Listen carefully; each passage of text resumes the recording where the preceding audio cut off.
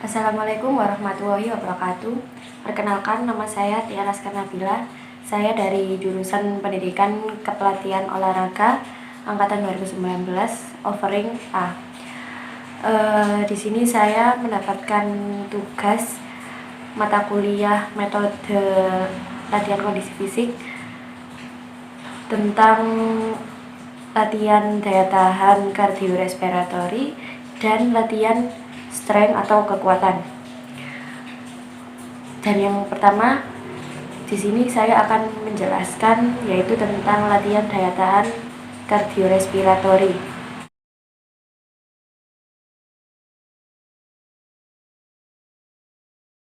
Cardiorespiratory endurance atau latihan daya tahan kardiorespiratory. Pengertian dari endurance sendiri yaitu adalah keadaan atau kondisi tubuh yang mampu untuk bekerja dalam waktu yang lama tanpa mengalami kelelahan yang berlebihan setelah menyelesaikan pekerjaan tersebut dan masih memiliki cadangan tenaga untuk rutinitas sehari-hari. Sedangkan pengertian dari kardiorespiratory sendiri adalah gabungan dari kardiovaskular dan respirasi. Di sini juga terdapat pengertian kardiovaskular. Kardiovaskular adalah yang berhubungan dengan denyut jantung dan denyut nadi. Latihan daya tahan kardiorespiratory ini juga memiliki faktor-faktor yang mempengaruhi. Yang pertama diantaranya ada faktor genetik. Daya tahan kardiovaskuler dipengaruhi oleh faktor genetik, yakni sifat-sifat spesifik yang ada sejak lahir. Pengaruh genetik pada kekuatan otot dan daya tahan otot pada umumnya berhubungan dengan komposisi serabut otot yang terdiri dari serat merah dan serabut otot serat putih. Seorang yang memiliki lebih banyak otot serat merah biasanya lebih tepat untuk melakukan kegiatan yang bersifat aerobik, sedangkan yang lebih banyak memiliki serat otot putih itu biasanya lebih mampu melakukan kegiatan yang bersifat anaerobik. Yang kedua yaitu faktor umur. Umur mempengaruhi hampir semua komponen kesegaran jasmani. Daya tahan kardiovaskuler menunjukkan suatu tendensi meningkat pada masa anak-anak sampai sekitar 20 tahun dan maksimal usia 20 sampai 30 tahun. Daya tahan tersebut akan makin menurun sejalan dengan bertambahnya usia, dengan penurunan 8-10% per dekade untuk individu yang tidak aktif, sedangkan untuk individu yang aktif penurunan tersebut yaitu 4-5% per dekade. Peningkatan kekuatan otot pria dan wanita sama sampai usia 1-2 tahun. Selanjutnya setelah usia pubertas, pria lebih banyak meningkatkan kekuatan otot maksimal dicapai per usia 25 tahun yang secara berangsur-angsur menurun pada usia 65 tahun. Kekuatan ototnya tinggal 65-70% dari kekuatan otot sewaktu berusia 20-25 tahun. Pengaruh umur terhadap kelenturan dan komposisi tubuh pada umumnya terjadi karena proses menua yang disebabkan oleh menurunnya elastisitas otot karena berkurangnya aktivitas dan timbulnya obes pada usia tua. Yang ketiga yaitu faktor jenis kelamin. Kesegaran jasmani antara pria dan wanita berbeda karena adanya perbedaan ukuran tubuh yang terjadi setelah masa pubertas. Daya tahan kardiovaskuler pada usia anak-anak antara pria dan wanita tidak jauh berbeda. Namun setelah pubertas terdapat perbedaan yaitu rata-rata wanita muda memiliki kebugaran aerobik antara 15 sampai 25%, lebih kecil dari pria. Ini biasanya tergantung pada tingkat aktivitas mereka. Tapi pada atlet remaja putri yang sering berlatih hanya berbeda 10% di bawah atlet putra dalam usia yang sama dalam hal VO2 max. Keadaan ini menyebabkan wanita memiliki kapasitas aerobik lebih rendah dibandingkan dengan pria. Selain itu, ukuran jantung wanita juga rata-rata lebih kecil dibandingkan pria. Yang selanjutnya yaitu metode latihan atau bentuk-bentuk latihan daya tahan kardiorespiratori. Yang pertama yaitu latihan fartlek. Latihan fartlek sendiri adalah bentuk latihan yang dilakukan dengan lari jarak jauh, seperti pada halnya cross country. Fartlek ini biasanya juga disebut dengan latihan speed play, karena bermain dengan kecepatan, waktu, dan latihan tidak dibatasi, tetapi atlet bebas melakukan latihan ini dengan berbagai variasi bentuk lari sesuai dengan medianya. Di sini saya mempunyai gambaran video untuk latihan fartlek. Metode latihan speed play adalah suatu metode latihan yang bermain-main dengan kecepatan. Arti dalam bermain-main dalam kecepatan di sini yaitu mengkombinasikan antara lari dengan intensitas lambat dan lari dengan intensitas cepat. Untuk melaksanakan metode latihan ini, kalian sudah harus merancang program latihannya sebelum kalian berlatih. Seperti berapa lama atau jaraknya saya harus melakukan lari lambat dan berapa pula lama atau jaraknya saya harus melakukan lari cepat. Contoh, hari ini saya melakukan lari lambat selama 3 menit. Kemudian setelah 3 menit itu berakhir, maka saya sambung dengan lari cepat selama 1 menit. Dan 1 menit itu berakhir, maka saya kembali lagi dengan lari lambat selama 3 menit. Dan seterusnya sampai volume latihan yang kita tentukan berapa lamanya atau jaraknya. Yang kedua yaitu metode latihan untuk latihan daya tahan kardiorespiratori, yaitu interval training. Pada akhir ini sistem latihan intervasi mulai digunakan untuk semua cabang olahraga. Misalnya cabang olahraga atletik, balap sepeda, mendayung, dan macam-macam permainan. Interval training merupakan bentuk latihan yang diselingi dengan istirahat tertentu. Interval training merupakan penyempurnaan dari latihan fartlek dengan memberikan koreksi teliti dalam menentukan jarak, kemudian waktu istirahatnya, terus banyaknya ulangan atau repetisi, dan waktu latihan. Latihan interval juga menggunakan prinsip-prinsip pembebanan pada latihannya. Di sini saya mempunyai gambaran sebuah video tentang interval training.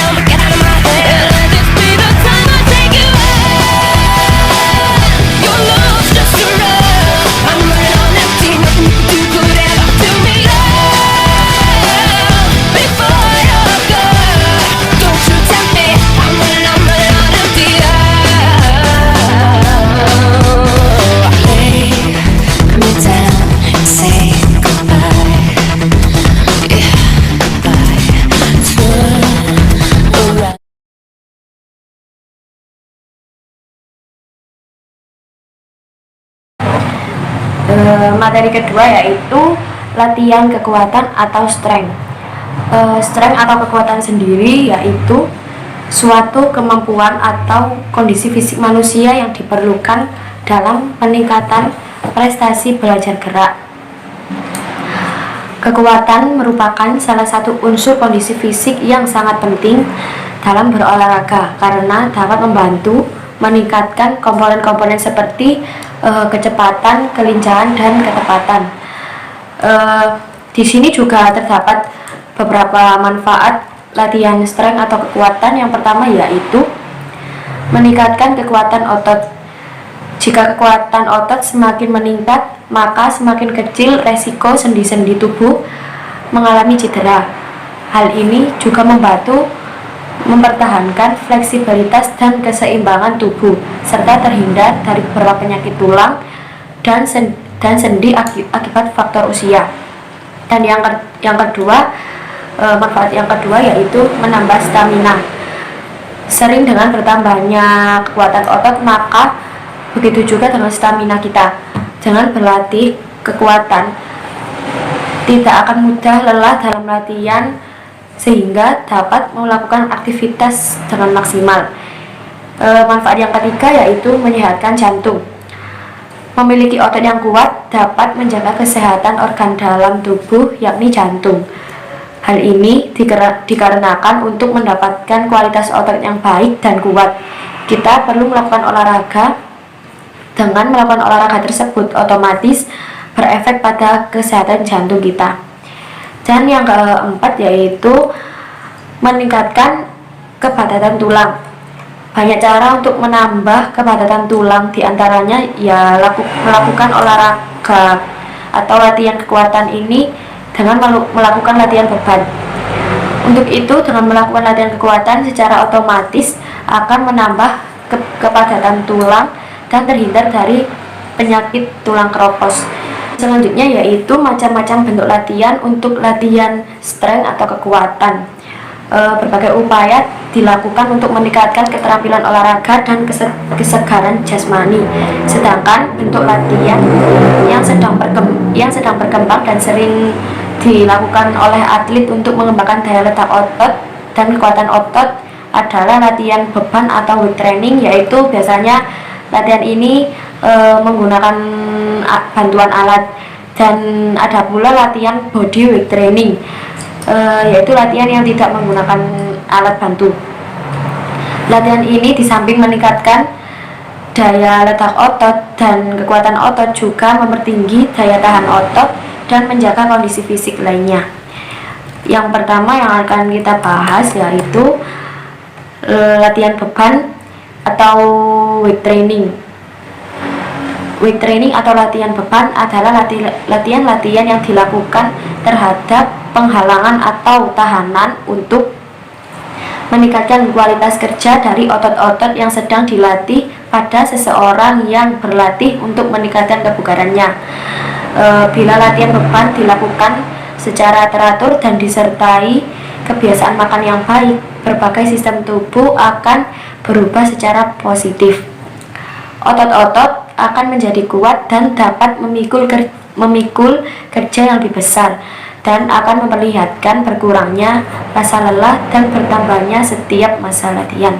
Di dalam latihan bodyweight training ini juga terdapat prinsip-prinsip latihannya. Yang pertama yaitu prinsip beban berlebih atau overload principle. Kekuatan otot akan lebih efektif bila diberikan beban sedikit di atas kemampuannya. Hal ini bertujuan untuk mengadaptasikan fungsional tubuh sehingga dapat meningkatkan kekuatan otot. Latihan yang menggunakan latihan beban di bawah atau di atas kemampuannya hanya akan menjaga kekuatan supaya tetap stabil, tetapi tidak akan meningkatkannya. Dengan prinsip beban berlebih ini, maka kelompok-kelompok otot akan berkembang kekuatannya secara efektif. Peningkatan beban yang dilakukan haruslah lebih berat dari latihan sebelumnya pada batas ambang rangsang kepekaannya. Yang kedua yaitu prinsip peningkatan secara bertahap atau progressive principle. Bila atlet telah kuat, beban yang berat akan terasa ringan. Pembebanan terhadap otot yang bekerja harus ditambah secara bertahap selama pelaksanaan program latihan beban. Yang menjadi dasar kapan beban itu ditambah adalah dengan menghitung jumlah repetisi atau angkatan yang dapat dilakukan sebelum datangnya kelelahan. Sebagai contohnya itu, atlet pada permulaan mengangkat beban 80 pounds sebanyak 8 kali. Setelah atlet dapat mengangkat beban tersebut sebanyak 8 kali tanpa mengalami kelelahan yang berarti, itulah saat yang tepat untuk menambah beban sampai atlet mampu mengangkat 8 kali. Otot akan bekerja pada daerah sedikit di atas kemampuannya, disebut dengan prinsip peningkatan secara bertahap. Jadi di sini itu intinya jika si atlet ini diberi latihan weight training ini sudah dirasa mampu melakukannya dari yang diberikan oleh pelatih atau siapapun itu, jadi bisa dilakukan peningkatan beban yang berlanjut. Yang ketiga ada prinsip pengaturan latihan. Program latihan beban harus dibuat dengan baik agar kelompok otot besar dapat dilatih terlebih dahulu sebelum melatih kelompok otot yang kecil. Sebab kelompok otot kecil lebih cepat lelah dibanding otot-otot yang besar. Contohnya bisa digunakan yaitu melatih kelompok otot tungkai dan pinggul terlebih dahulu sebelum melatih otot lengan. Terus membuat program latihan harus diatur agar otot yang sama tidak dilatih secara berturut-turut dengan dua jenis latihan yang berbeda. Hal ini dimaksudkan agar otot ada saat istirahat setelah melakukan aktivitas. Yang keempat yaitu prinsip kekhususan. Membuat program latihan beban harus didesain secara khusus, yaitu dengan mengikuti pola keterampilan gerak yang spesifik agar pengembangan daya letak otot akan diikuti dengan pola gerakan yang sudah mengarah pada keterampilan yang spesifik tersebut. Untuk mendapatkan hasil yang spesifik, program latihan beban harus disesuaikan dengan karakteristik cabang olahraga. Misalnya di sini ada contohnya yaitu program latihan beban untuk cabang olahraga bola voli harus dibuat dengan baik agar bentuk latihan yang digunakan kelihatan khusus. Maka harus dianalisis terlebih dahulu otot-otot yang terlibat dan diperlukan pada cabang olahraga tersebut. Keterampilan gerak khusus ini akan lebih dapat dirasakan pada atlet yang mempunyai jadwal pertandingan yang padat. Beberapa kelompok otot dipakai untuk beberapa keterampilan olahraga dan menghasilkan gerakan yang berbeda. Jadi intinya prinsip kekhususan ini yaitu kita memberikan porsi latihannya itu sesuai dengan cabang olahraga masing-masing dan sesuai dengan kebutuhan otot-otot kita. Yang selanjutnya yaitu bentuk latihan weight training sendiri atau latihan beban atau latihan yang menggunakan alat bantu. Yang pertama ada dumbbell press. Untuk selanjutnya saya mempunyai gambaran tentang latihan dumbbell press sendiri.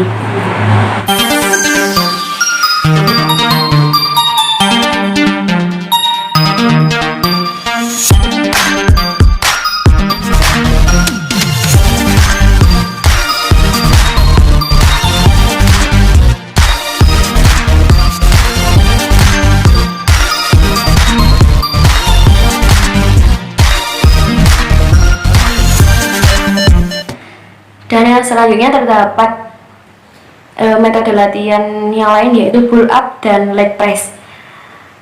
Di sini saya juga mempunyai gambaran video tentang pull up dan leg press. Ini kita akan belajar pull up. Banyak dari kalian yang sulit untuk melakukan pull up karena gerakan ini memang cukup sulit. Gerakan ini dapat menguatkan otot punggung, otot bahu, otot lengan, dan meningkatkan cengkraman tangan.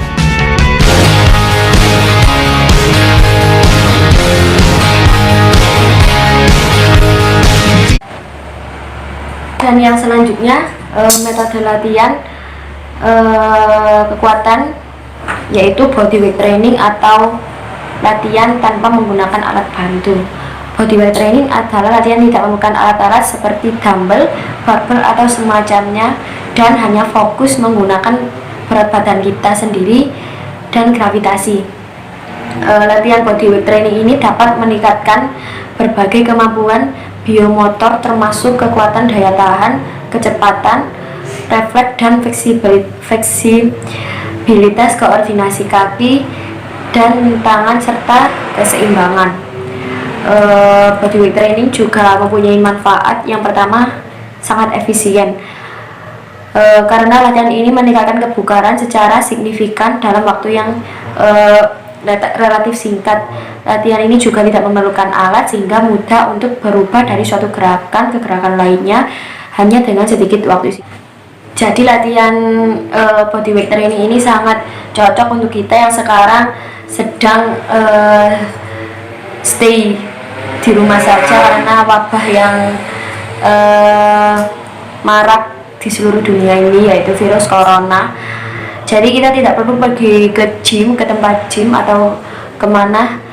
Kalau kita tidak mempunyai alat, kita juga bisa menggunakan metode latihan bodyweight training ini. Yang kedua, ada menggabungkan latihan kardio dan kekuatan. Perubahan antar gerakan yang mudah membuat latihan kardio dan kekuatan dapat dilakukan secara bersamaan. Melakukan latihan kardio di antara gerakan untuk melatih kekuatan akan membuat jantung tetap terpompa ketika melakukan pembentukan otot dan kekuatan, sehingga manfaat kedua latihan tersebut bisa didapatkan secara bersamaan. Yang ketiga yaitu membakar lemak secara cepat. Dalam bodyweight training ini yang dilakukan secara intens selama beberapa menit akan berpengaruh besar pada kerja metabolisme tubuh. Hal ini menimbulkan afterburn effect, yaitu pembakaran yang terjadi di dalam tubuh selama beberapa jam setelah latihan, sehingga hasil yang didapatkan oleh latihan ini dalam waktu singkat akan lebih terasa dibanding latihan jenis lain yang dilakukan dalam waktu rentang yang sama. Jadi latihan ini juga cocok untuk kita yang sedang melakukan program diet. Latihan bodyweight training sendiri juga terdapat macam-macam bentuk latihannya. Contohnya yaitu latihan squat, latihan push up, dan lunges. Untuk jelasnya saya mempunyai gambaran videonya sebagai berikut. Kita turun setengah. Setelah turun, bokongnya turun ke belakang. Nah, pastikan kita masih bisa melihat jari kaki kita di depan. Jadi jangan sampai lutut kita ini menutupi jari kaki kita.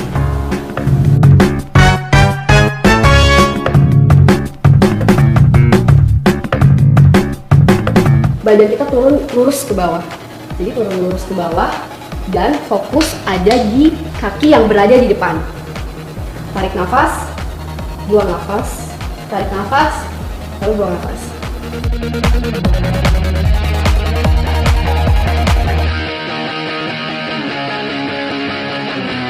Is that it's much harder to do.